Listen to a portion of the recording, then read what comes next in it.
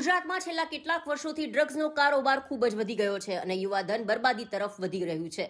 આમ આદમી પાર્ટીના ધારાસભ્ય ચૈતર વસાવા અને ધારાસભ્ય ઉમેશ મકવાણાએ ગુજરાત વિધાનસભામાં અનેકવાર ડ્રગ્સ મુદ્દે સરકારને વેધક સવાલ કર્યા હતા।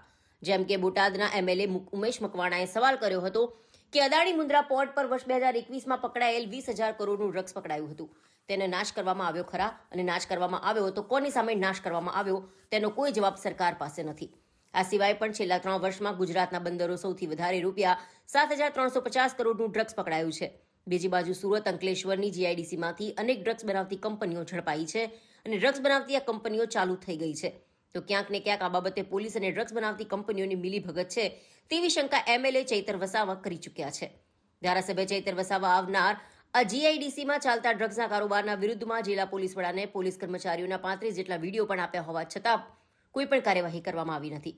ત્યારે સમગ્ર બાબતે ગુજરાતના ગૃહમંત્રી હર્ષ સંઘવી ગુજરાતમાં ડ્રગ્સનો વેપલો રોકવામાં નિષ્ફળ જતા રાજ્યના મુખ્યમંત્રી ભૂપેન્દ્રભાઈ પટેલને અનુલક્ષીને પાટણ જિલ્લા અધિક નિવાસી કલેક્ટરને આવેદનપત્ર આપી પદભ્રષ્ટ કરવાની માંગ કરવામાં આવી હતી।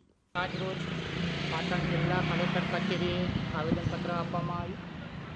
આ આવેદનપત્ર ગુજરાતમાં મુન્દ્રા પોર્ટ પર 20,000 કરોડ કરતાં પણ વધારે ડ્રગ્સ પકડાયું હતું। એના પછી પણ 7,000 કરોડ કરતાં પણ ડ્રગ્સ પકડાયા। એ ડ્રગ્સનો નાશ કરે કે ના કરે એ બાબતે ચૈતરભાઈએ અને ઉમેશ મકવાણાએ રજૂઆતો કરી હતી। એના વ્યાજબી પ્રશ્નોના જવાબો ના મળી શકે એના કારણે આજે સમગ્ર ગુજરાતમાં તમામ જિલ્લામાં આમ આદમી પાર્ટી દ્વારા આ ડ્રગ્સનું શું કરવામાં આવ્યું એ બાબતે જાણવા માટે મુખ્યમંત્રીશ્રીને રજૂઆત કરવામાં આવી છે આવેદનપત્ર દ્વારા।